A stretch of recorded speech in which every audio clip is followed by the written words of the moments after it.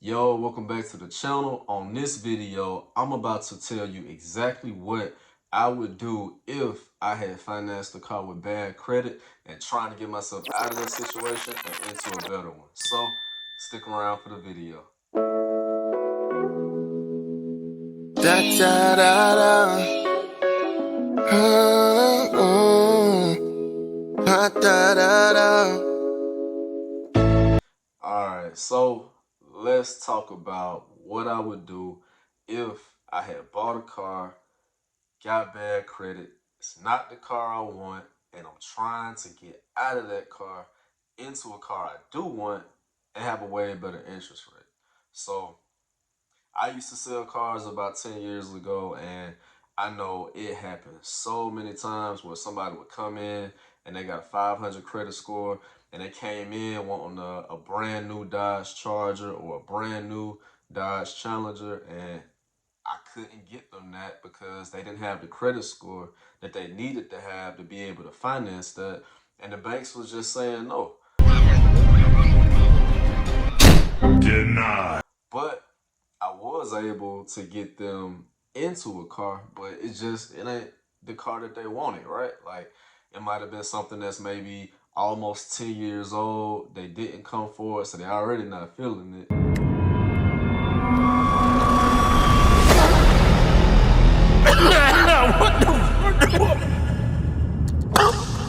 And then I gotta turn around and tell them, well, hey, instead of it being, $300 a month, which is probably what they were expecting to pay, and if they had good credit, what they would have been paying, oh, it's also gonna cost you about $500 a month for the car that you don't even want. So that was a reality more times than not. And I know to this day the system hasn't changed, so you're still leaving out of the car dealership if you got a bad credit score with a car that you don't want. I've been there, and when you do that, you almost feel stuck because you're paying this car note every month, and it's not the car you want, and you almost feel like, well, dang, like it's really nothing you can do.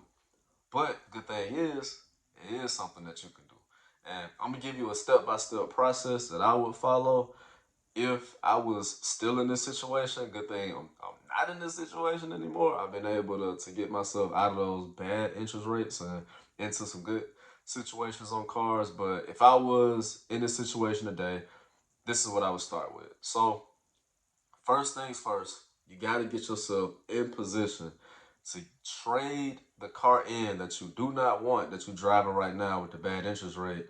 Trade that car in for a car that you do want, and you're going to do that at a good interest rate.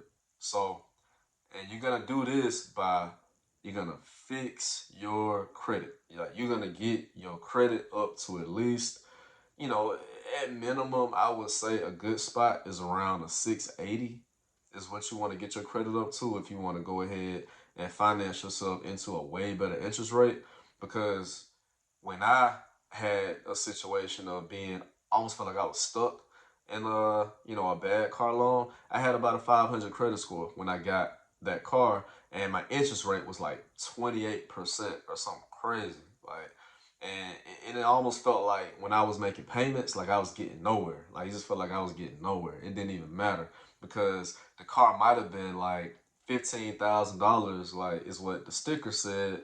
But then at the interest and everything, I want to say I was paying almost like $28,000 for this car, and I'm like, why am I paying double for a car that I don't even want? So I mean, when you start thinking like that, you're like, yeah, nah, this is crazy. And then the banks, I'll be honest, I mean, they just banking money off of you. So they don't care if you're uneducated about the scenario and the situation because they just collecting interest off of you. So you got to educate yourself, and then you got to get a little pissed off too. That way you go ahead and do what you need to do and get focused and get yourself out of this car that you don't want into the car that you do want. So first things first, step one, fix your credit. That means you gotta start sending some dispute letters. You gotta, well, first thing back up, you gotta identify the negative items that are on your credit report. So you gotta get a copy of your credit report, and there's a bunch of them out there. I mean, whether you go to my FICO, and I actually have a link where if you click the the video notes, you can get a 3 bureau credit report for $1, and it's actually FICO scores. At the moment, they're doing FICO scores, or you don't have to do mine. I'm just trying to, help you all out. You can also go through Experian. You can go through Smart Credit. You can go through Identity IQ. Like there's a bunch of different ones that you can go to where you can pull a copy of your credit report and then you can find the errors that are on your credit report to be able to dispute. So you got to do that. Then you got to start sending those dispute letters. Then you got to make sure that you're paying all your bills on time. You also got to make sure your credit cards are paid all the way down. If you don't got credit cards, you need to get some. And you just got to continue that path, of fixing your credit, getting it up to a 680, doing the best you can, to get there. And while you are doing that, step two, and I'm saying step two, but you also need to do this at the same time.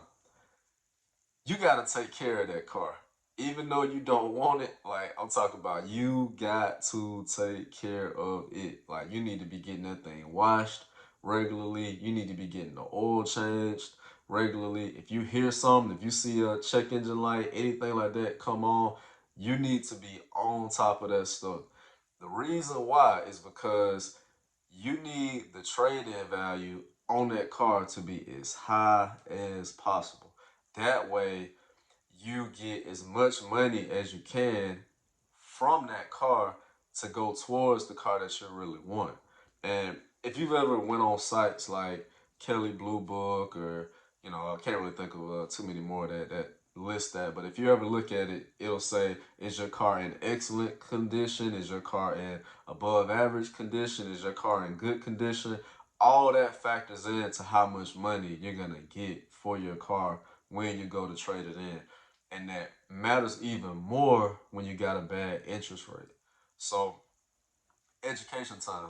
In the car world, we have a term that's called upside down.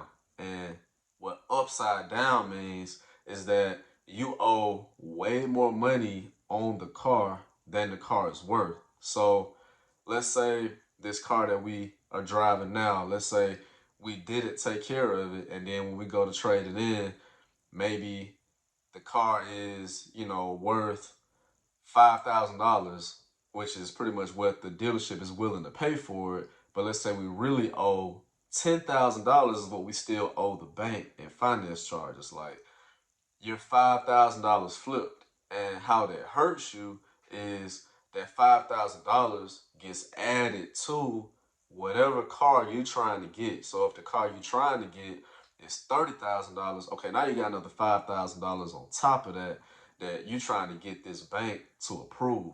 And sometimes it just doesn't work.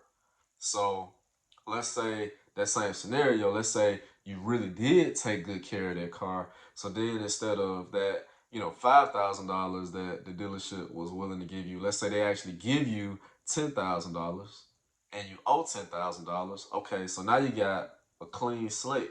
You're not upside down. You don't have any what we call negative equity. Like that's what you call that, when you're upside down, that extra $5,000 is negative equity. Like you're not bringing any negative equity into the situation. So that's why you want to make sure that you take care of that car because when you go to trade it in, they're gonna try to find ways to not give you what that car is worth. They're gonna say, "Oh well, these headlights are gonna need to be replaced," or yeah, this bumper is a little bit scratched up. Gonna have to replace that.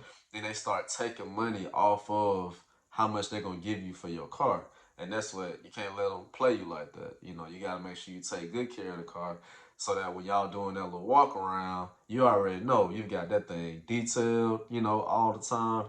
Like you taking care of any mechanical things that are going on. You got all the oil changes on time. You can show records of it. That increases the value. And that's gonna further just help you make this process a whole lot smoother when you go to trade that car in. So that's the second thing that you need to do. So first thing, definitely fixing your credit, getting up to that 680. While you're doing that, you're taking care of that car so that, when you go to trade it in, you're getting the most money possible for that car. And Step number three, and this is the last step, but you got to do this pretty much at the same time as you're doing the other two. So all these steps are being done at the same time to get you where you need to get to get out of this bad, situation that you're in, get you out of this car that you don't want into the car that you do want.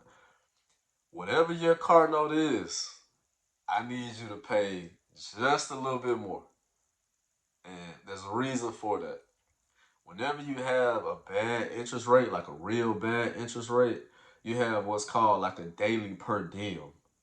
Daily per diem. And that means that's like how much extra you're paying per day for this car.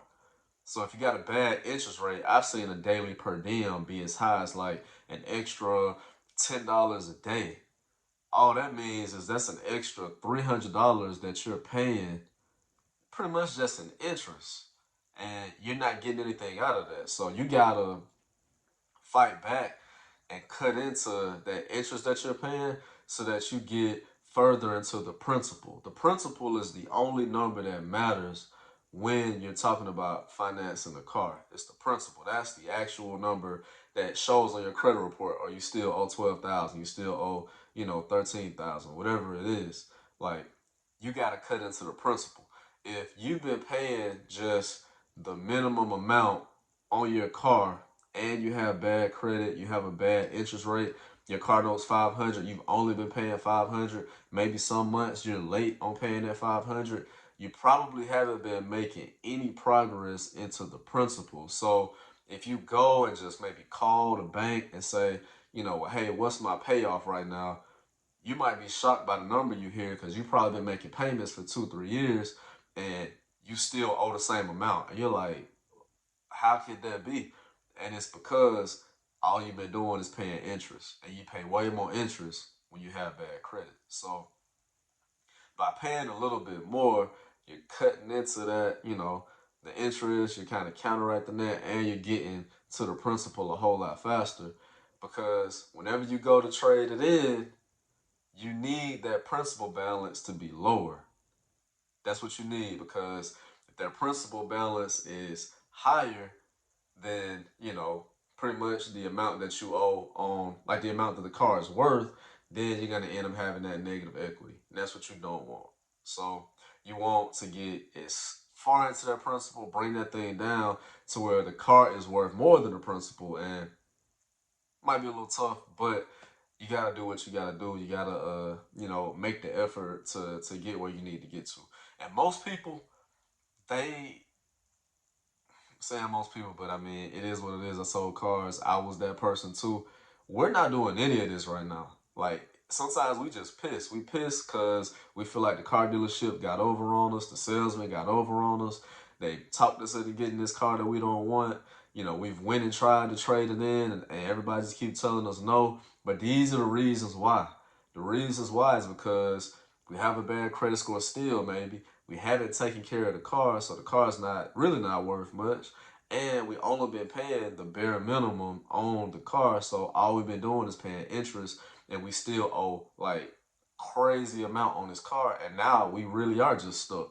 But if you want to get unstuck, follow these 3 steps to the best of your ability. And if you do this, you can probably get out of this situation in as little as 6 months. Like 6 months of just consistency of doing this, getting your credit score up, taking care of that car, paying a little bit more than what the payment is. If you just do that, then go and see, what you can make happen. Now you're in a way better position as far as negotiating with these car dealerships, and you'll be able to get the deal that you want on your dream car. So just gotta ask yourself, how bad do you want to get out of the situation you're in now into the dream car situation that you want to be in? So with that being said, I hope that helps. And if you enjoy videos like this is really kind of a more in-depth, real talk kind of video right here from my past experience of selling cars. Be sure to like, subscribe, comment, tell me what you think. And as always, if you got, video ideas, go ahead and email them to me.